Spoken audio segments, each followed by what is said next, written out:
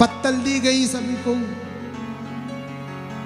अब जो पत्तल परोसने आया तो किसी का एक मुख, किसी के दो, किसी के चार, किसी के 10, किसी का मुख ही नहीं।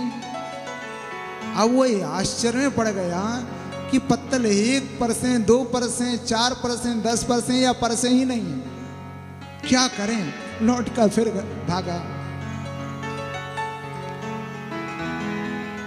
कहा अरे जैसी पत्तल थी वैसी ही तो चले आए, परोसी नहीं। कहा पहले ये बताओ पत्तल कैसी परोसना है, व्यक्ति के हिसाब से पत्तल परोसना है या मुँह के हिसाब से पत्तल परोसना है। कहा देखो भोजन तो भले ही कैसी पत्तल पसो, लेकिन भोजन तो कराना ही है, हमारे यहाँ आए हैं।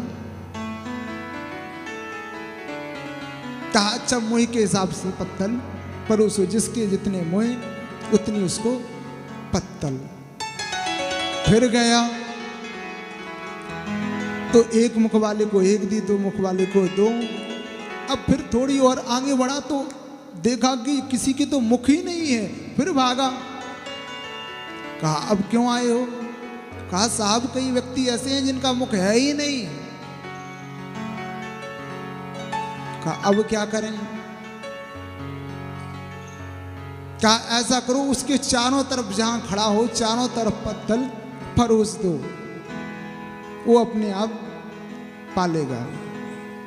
उसको चारों तरफ पत्तल परोसी, जैसे तैसे उनको भोजन पवाया गया। फिर डेढ़े से बारात गांव में आई, अद्भुत बारात आई। जैसे ही सुनैना मैया आरती का थाल लेकर बाहर निकली, और जैसे ही अभी तक तो नीचे सिर था, दूल्हे की आरती पीठ पीछे है, सरकार का मुंह आगे है। कहा दूल्हे को आगे तो करो। कहा नहीं आप पीछे से ही आरती करो, आगे आएंगे तो आप फिर देख नहीं पाएंगे, इसलिए आरती अभी अच्छे से कर लो। कहा नहीं नहीं हम देख लेंगे। और जैसे ही भोले बाबा ने अपना मुख आगे किया, ओ हो बिच्छू लटक रहे हैं, सर्प डर गई और आरती की थाले नीचे गिर गई और तुरंत भागी और अपनी पुत्री पार्वती को गले लगा लिया और नारद को कोसने लगी, ये नारद तूने क्या किया, ऐसा हमने क्या बिगाड़ा था जो तूने इतना अच्छा रिश्ता मेरे को दिलाया। नारद जी आए, नारद जी ने समझाया ये कोई और नहीं इनका श्रृंगार है। अरे जो कालों के, जो संसार के जितने काल हैं उनको साथ में लेकर चलते हो वह महाकाल है। और ये आपकी बेटी नहीं है, आज से नहीं कई जन्मों से इनको वरण करती आ रही हुई है, ये हमेशा इनकी ही है। ऐसे विविध दृष्टांतों से समझाया, तब समझ में आया। कहा लोग तो सिर्फ अमृत पीते हैं, लेकिन ये ऐसे हैं जो विष को भी पी जाते हैं। इसलिए संसार में जितने हैं देव हैं और ये महादेव है। ऐसे दूसरा पार्वती का विवाह भोले बाबा के साथ संपन्न हुआ। तो ये तो हुई आकुति, देवहूति और प्रसूति, 3 कन्याओं का वर्णन। इसके उपरांत 2 पुत्र थे, प्रियव्रत और उत्तानपाद। तो उत्तानपाद के जो बेटे, उत्तानपाद नाम के जो थे, उनकी 2 पत्नी थी। एक का नाम था सुरुचि, एक का नाम था सुनीति। और वास्तव में प्रत्येक जीव की 2 पत्नी होती है, ऐसा कोई इंसान नहीं है जिसकी 2 पत्नी ना हो। कौन कौन? एक का नाम सुनीति और एक का नाम सुरुचि। अब कैसे? सुनीति बड़ी वाली और सुरुचि छोटी वाली। प्रत्येक इंसान छोटी वाली यानी सुरुचि से प्रेम करता है और सुनीति से प्रेम नहीं करता। हमारी जो रुचि कहेगी हम वही करेंगे कि हमारी इसमें रुचि है, हमें यही करना है। भले ही माता पिता या गुरु या कोई भी आपको बताए कि ये गलत है, लेकिन हमारी रुचि कहेगी। जो सुरुचि नाम की पत्नी है कि तू यही कर, यही कर, यही कर, हम वही करेंगे। जो सुरुचि करेगी कहेगी उसी को हम करेंगे। सुनीति, नीति के मार्ग पर कोई नहीं चलेगा। अगर कोई चलेगा भी, किसी को कोई समझाएगा भी कि भैया ऐसा मत करो, ये बुरा है, तो कहा तुम सब जानते हो, तुम बड़ी नीति जानते हो। तो नीति को कोई पसंद नहीं करता, रुचि को सब पसंद करते हैं। यही उत्तानपाद राजा की बात है कि वह सुरुचि से प्रेम करता है और सुनीति से प्रेम नहीं करता है। लेकिन क्या होता है आगे चलकर?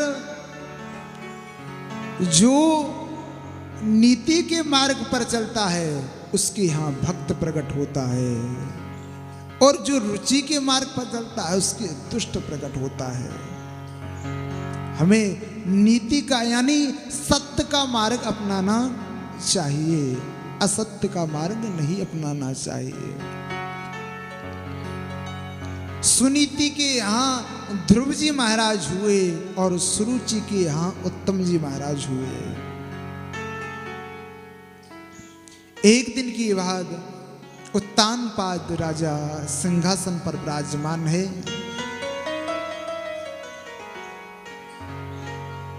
छोटी सुरुचि वहीं पर बैठी हुई है। इतने में बड़ी पत्नी का पुत्र ध्रुव आया और पिताजी की गोद में बैठ गया।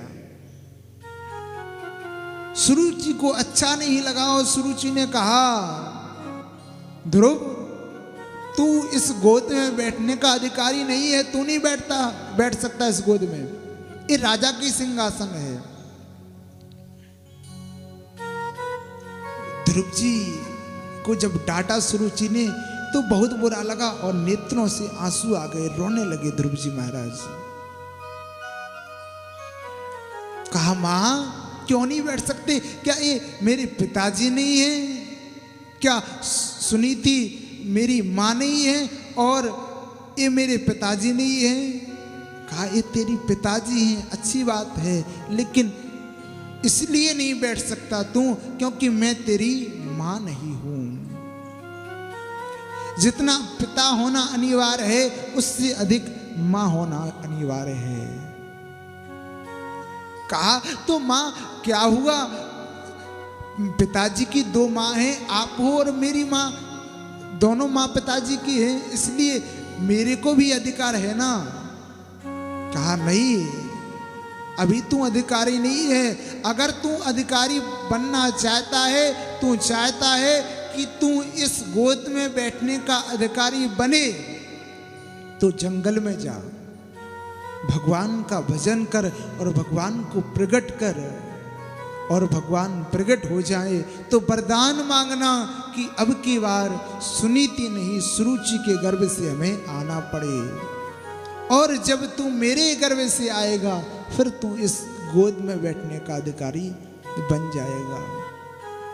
तो मानो सुरुचि मैया अपने गर्भ को इतना पावन समझ रही है कि भगवान को प्रकट करें, और भगवान को प्रकट करने के बाद वरदान क्या मांगे कि गर्भ में आना पड़े। अरे जब भगवान मिल जाएंगे तो गर्भ की बात करेगा, फिर तो मोक्ष मिल जाएगा, भगवान का धाम मिल जाएगा। लोग भगवान का भजन किस लिए करते हैं? गर्भ में आने के लिए। हम भजन करते हैं इसलिए कि हमें पुनः इस गर्भ में ना आना पड़े, इस गर्भ से छुटकारा मिल जाए। और ये सुनीति क्या कर रही है, भजन करो और फिर वरदान क्या मांगो, गर्भ में आना पड़े। पुनरपि जन्मम पुनरपि मरणम, पुनः जन्म हो पुनः मरण हो।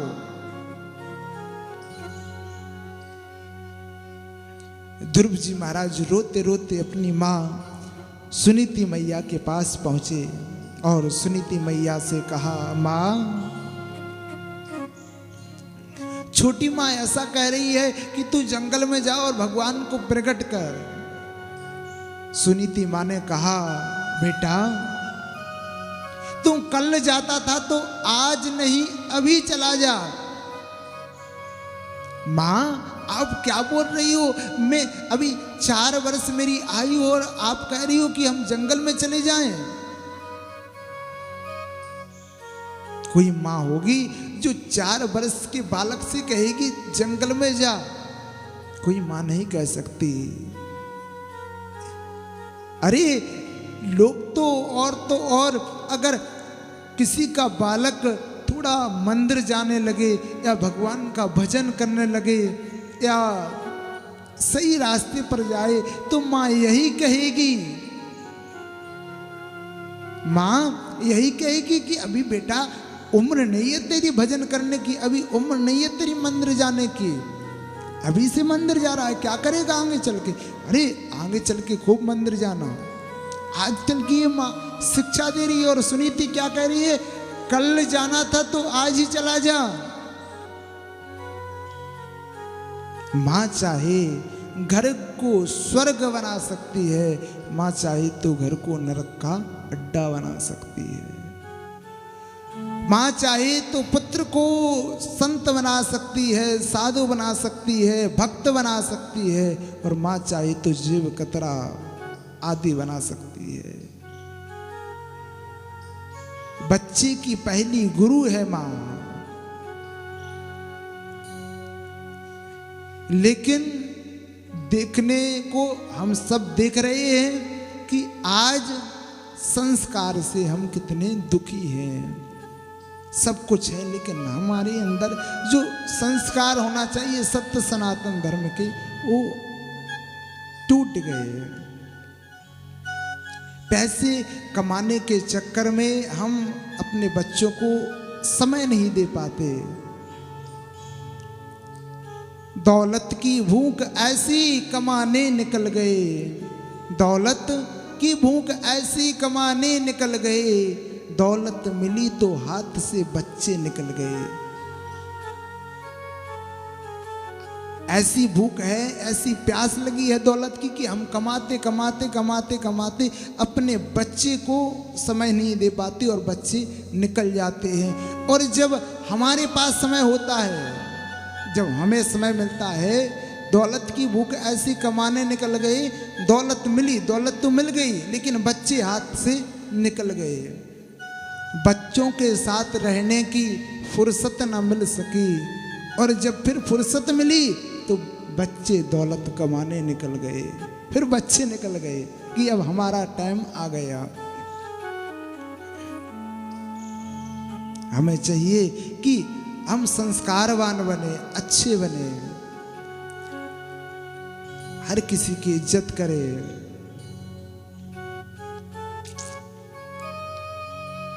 तो सुनीति मैया ने कहा, तुम कल जा रहा था, आज नहीं अभी चला जा। ध्रुव जी महाराज माँ को प्रणाम करके, पिताजी को प्रणाम करके जंगल के लिए जा रहे हैं। अब ध्रुव जी महाराज का कोई गुरु नहीं है साहब, और गुरु के बिना भगवान कैसे मने।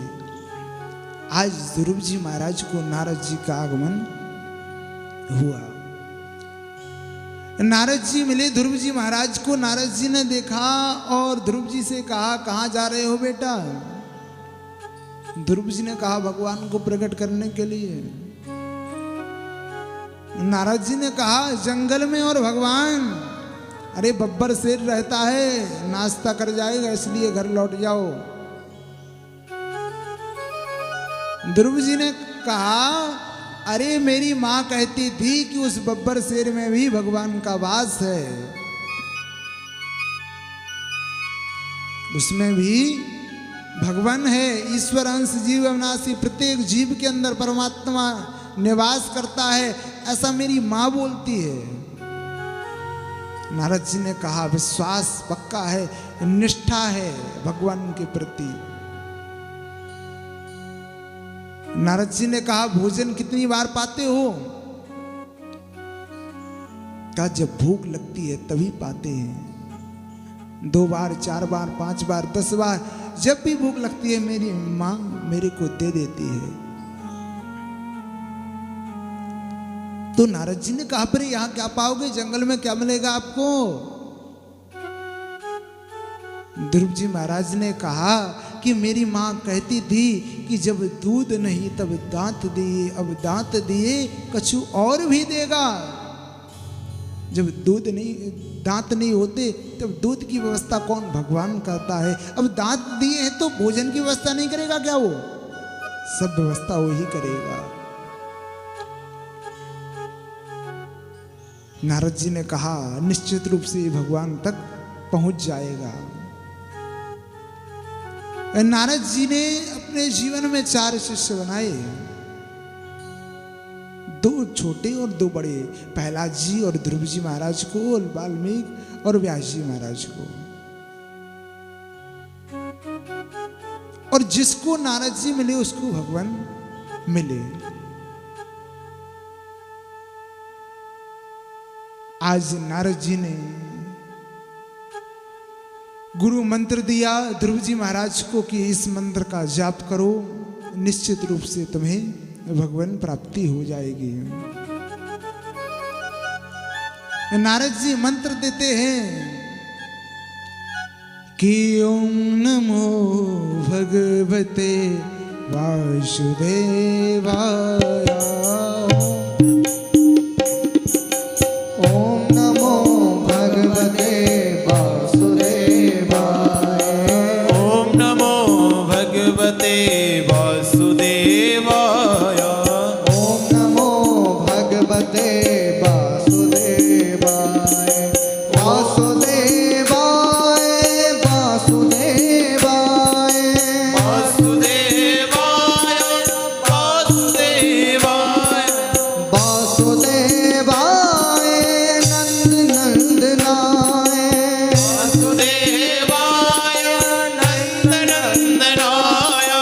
ओम नमो भगवते वासुदेवाय, ओम नमो भगवते वासुदेवाय, ओम नमो भगवते वासुदेवाय, ओम नमो भगवते वासुदेवाय, वासुदेवाय नंदनंदनाय, वासुदेवाय नंदनंदनाय, वासुदेवाय नंदनंदनाय, वासुदेवाय नंदनंदनाय।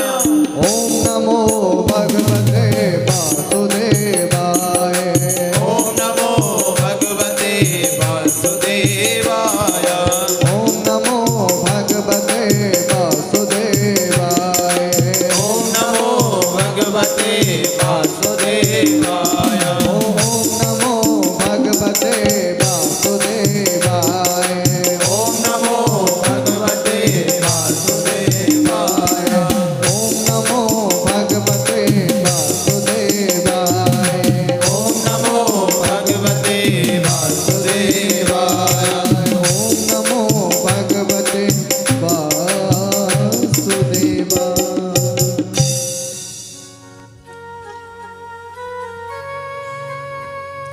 तो नारद जी ने मंत्र दिया ओम नमो भगवते वासुदेवाय। ध्रुव जी के अंदर विश्वास है, ध्रुव जी को सच्ची लगन है कि निश्चित रूप से अब हमें भगवान मिल जाएंगे।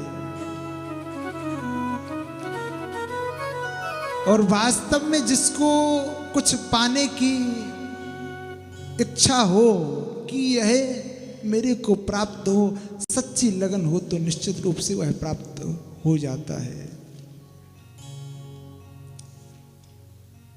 हर मनुष्य स्वयं के निर्माण के लिए उत्तरदायी है कि उसको क्या बनना है, क्या करना है।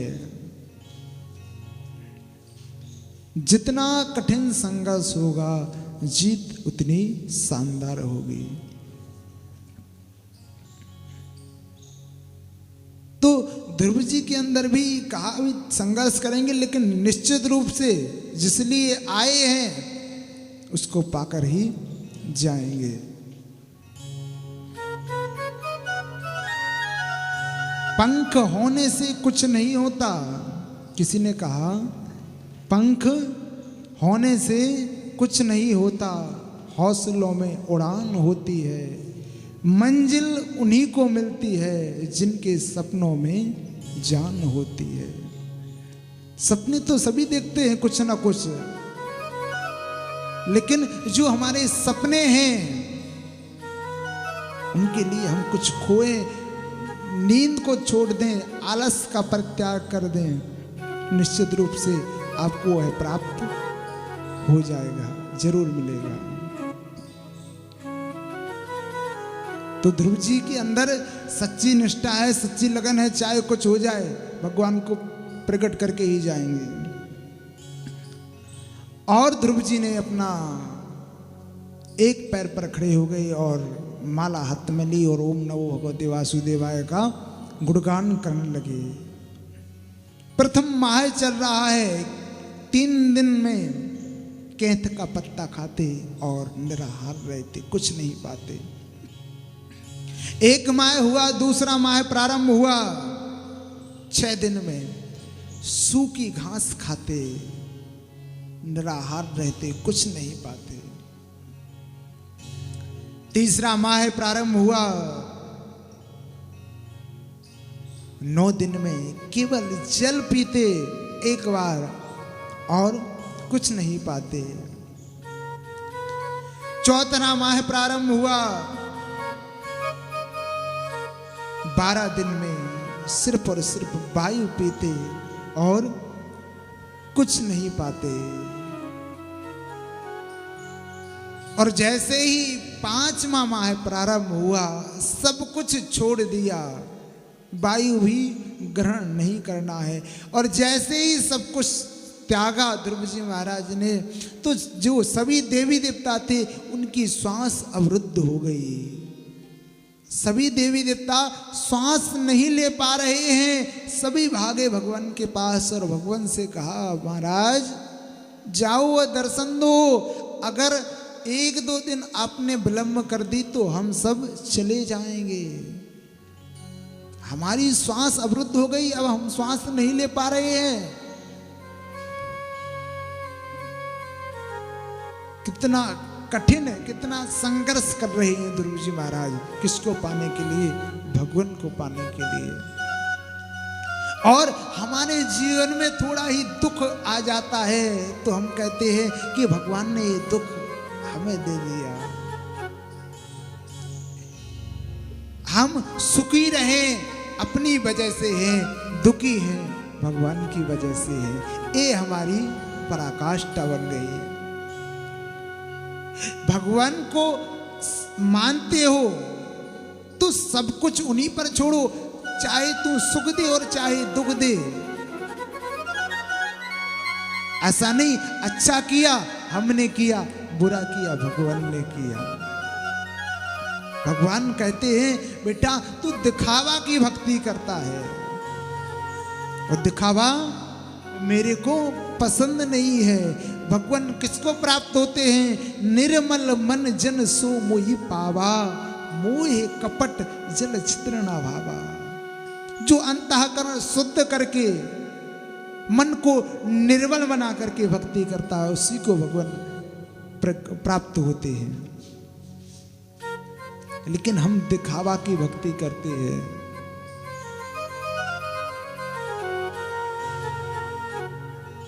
भगवान को ऐसी चीज चढ़ाएंगे, ऐसा प्रसाद चढ़ाएंगे जो सस्ता हो।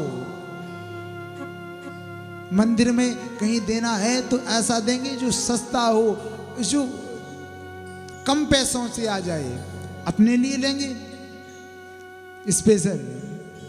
तो ये भगवान कहते हैं बेटा हमें कोई चीज की कमी नहीं है, सब कुछ है मेरे पास, लेकिन ये दिखावा क्यों करते हो? एक सेठ जी थे, अमरूद लेकर मंदिर में गए तो एक 20 रुपए किलो के अमरूद थे, एक 10 रुपए किलो के।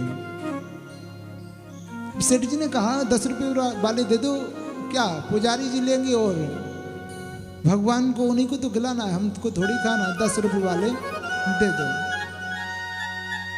1 किलो अमरूद लिए और सेठ जी ले जा रहे हैं, पुजारी जी को दे दिए। पुजारी जी ये लो अमरूद भगवान को चढ़ा दो।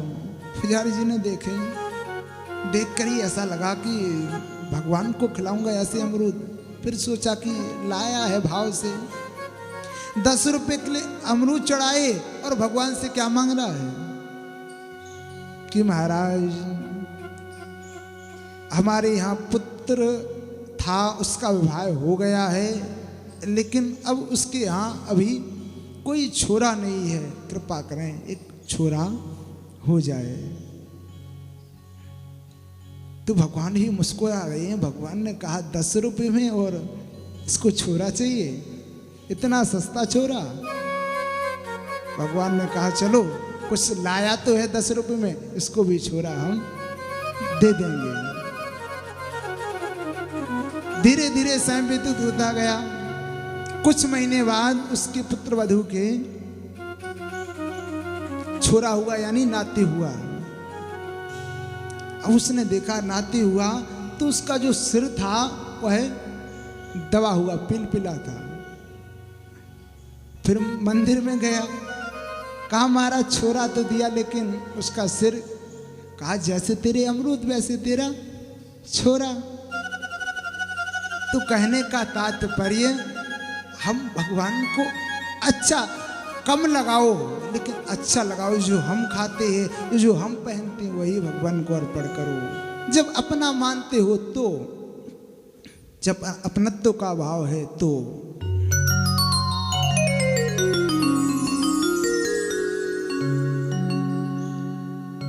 ध्रुव जी महाराज के मन में सच्ची लगन है। भगवान के पास सभी देवी देवता गए, भगवान आए और ध्रुव जी महाराज को भगवान ने दर्शन दिए। अब ध्रुव जी महाराज जैसे ही भगवान आए तो देख रहे हैं क्या करें क्या नहीं करें। अब उनको स्तुति तो आती नहीं। भगवान ने अपना कपोल झुकाया और सारे शास्त्रों, जितने शास्त्र हैं सब ध्रुव जी महाराज को याद हो गए। भगवान में वो शक्ति है कि जो बोलता नहीं है वह भी बोलने लगता है, जो चल नहीं पाता वो भी चलने लगता है। भगवान में है। भगवान कब किसको बना दे, ये भगवान की कृपा क्या है। कब निर्धन को धनी बना दे, कब धनी को निर्धन, कब गरीब को अमीर बना दे और कब अमीर को गरीब। इसलिए हर पल हर क्षण भगवान पर विश्वास करो, डगमगा ना जाए विश्वास। एक समय करोड़पति बना देता है और एक समय ऐसा आता है कि रोडपति बना देता है, सड़क पर आ जाती है। क्योंकि जो दे सकता है वो ले भी सकता है, देने वाला भी वो है और लेने वाला भी वो ही है। बस हम अहंकार करते हैं, ईमान करते हैं कि मेरा है, मेरा कुछ नहीं है, जो है सब तेरा है, तेरा तुझको अर्पण क्या लागे मेरा। भगवान कहते हैं बेटा जिंदगी में जीवन में कभी अहंकार अभिमान मत करो। अहंकार अभिमान रावण और कंस को नहीं रहा तो हम तो मामूली कौन होते हैं। इसलिए कभी भी जीवन में अहंकार अभिमान मत करो। बड़ी ही सुंदर ध्रुव जी महाराज ने स्तुति की कि हुंता प्रविश्य मम वाच मिमां प्रसुप्ता संजीवयत् किल शक्ति धरा स्वधाम्ना। अन्यास्य हस्तचरण श्रवणत्वगादि प्राणं नमो भगवते पुरुषाय तुभ्यं। ध्रुव जी महाराज कहते हैं आप सर्वशक्तिमान है। मेरी वाणी जो सोई हुई थी, लेकिन आपने कृपा कर इस वाणी को पुनः जगा दिया। अब मेरी हर कोई इज्जत करेगा। अब अभी तक आप नहीं मिले थे, अब मेरे को आप प्राप्त हो गए हैं। भगवान ने ध्रुव जी महाराज से कहा बेटा वरदान मांगो। ध्रुव जी महाराज ने कहा आप मिल गए, अब हमें कुछ नहीं चाहिए। भगवान कहते हैं बेटा आए तो किसी और के लिए थे। ध्रुव जी आए किस लिए थे कि गद्दी मिले, लेकिन कह रहे हैं कि आप मिल गए, अब हमें कुछ नहीं चाहिए। भगवान ने कहा नहीं, पहले तुम राज्य को भोगो और फिर हमारे पास तो तुम्हारी जगह सदैव है, हमेशा बनी है, कभी भी हमारे पास आ जाना। तो ध्रुव जी महाराज जी ने ऐसी बड़ी सुंदर स्तुति की और फिर पुनः जैसे ही वापस आए तो सबसे पहले सुरुचि मैया को प्रणाम किया। अगर कोई शत्रु, कोई दुश्मन भी तुम्हें भक्ति का मार्ग बता रहा है तो उससे बड़ा तुम्हारा कोई हितैषी नहीं है। सबसे बड़ा हितैषी हुआ है संसार में, जो भक्ति का रास्ता, जो भक्ति का मार्ग बता रहा है तुमको। और कोई तुम्हारा सच्चा मित्र है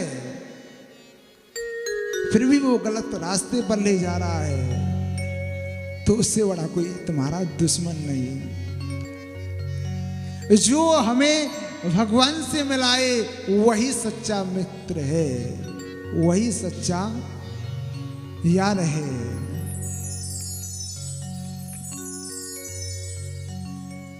ध्रुव जी महाराज जैसे ही पुनः घर आए सभी ने स्वागत किया। जो देखते ही ना थे ध्रुव जी की ओर, आज पैरों में गिर गए ध्रुव जी महाराज के। जब तक बिका ना था कोई पूछता ना था, तूने मुझे खरीद कर अनमोल कर दिया। जब तक मेरे को भगवान नहीं मिले थे कोई नहीं पूछता था, आप मिल गए, अब हमारी कीमत लोग मोल लगाने लगे।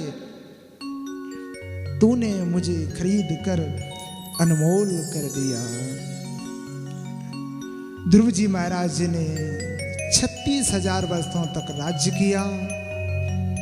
इसके बाद भगवान के धाम को चले गए। ध्रुव जी महाराज के 2 विवाह हुए थे। शिशुमार पुत्री भ्रमी के साथ एक विवाह और दूसरा वायु पुत्री इला से, जिनके यहाँ उत्कल, कन्या, रत्न आदि पुत्र हुए थे। इन्हीं के यहाँ बश्चर नाम के पुत्र थे, जिससे अंग का प्रादुर्भाव हुआ था। अंग का विवाह मृत्यु पुत्री सुनीता से साथ हुआ, जिससे अधर्मी अत्याचारी पुत्र बैन हुआ। बैन भगवान को नहीं मानता था। बैन कहता था संसार में कोई भगवान नहीं है, हम ही सबसे बड़े भगवान है। अगर पूजा अर्चना है, अर्चना करना है, हवन करना है तो ओम बेराय स्वाहा, मेरा हवन करो, मेरी पूजा करो, मेरी आरती करो। सभी संतों ने बैन का मंथन किया, जिससे पृथु का प्रादुर्भाव हुआ। पृथु महाराज की पुत्री के नाम से ही इसका नाम पृथ्वी पड़ा।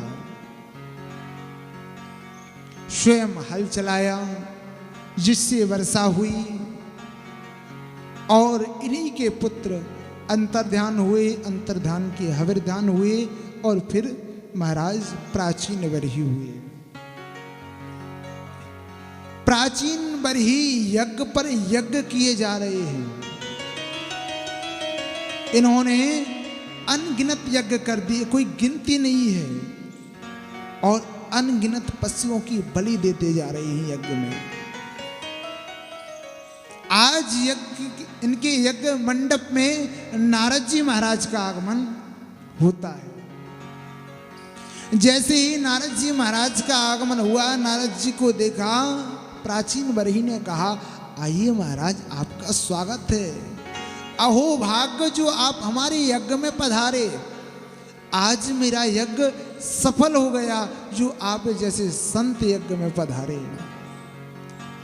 तब नारद जी ने कहा कि मैंने जीवन में पापी तो बहुत देखे,